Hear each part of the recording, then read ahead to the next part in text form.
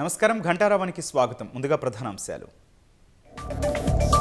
మన పిల్లల భవిష్యత్తును నిర్దేశించేదే రైజింగ్ 2047 అన్న ప్రభుత్వం.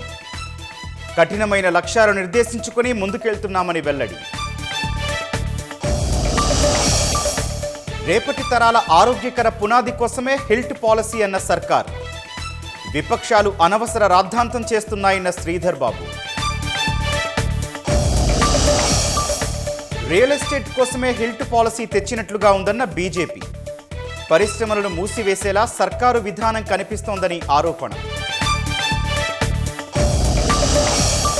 రెవెన్యూ డివిజన్లు, జిల్లాలను పునర్వ్యవస్థీకరణ చేస్తామన్న పొంగులేటి. గత ప్రభుత్వ హయాంలో అశాస్త్రీయంగా చేశారన్న మంత్రి.